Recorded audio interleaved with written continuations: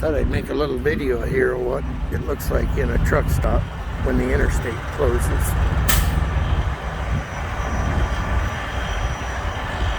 All the regular parking is full, and then when people still come in, they just make parking spots, which I've had to do in the past too. So the real fun is when the interstate opens and then everybody's still trying to get out.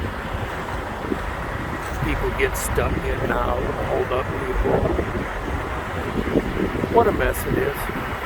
But that's trucking in the upper Midwest.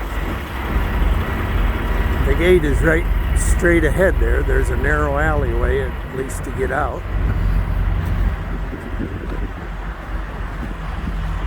But it's just hard packed snow, no traction, ice underneath the snow.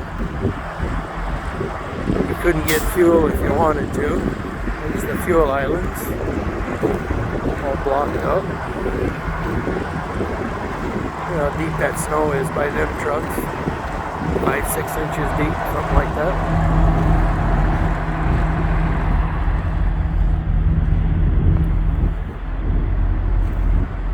What a mess. Third time in less than a year that I've had this little scenario play out, but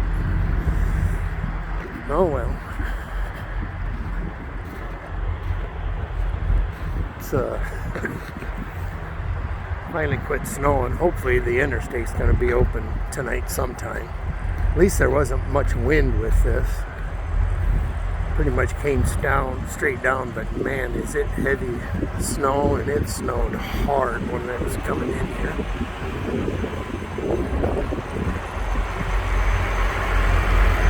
Well, it's truck stop life after a snowstorm.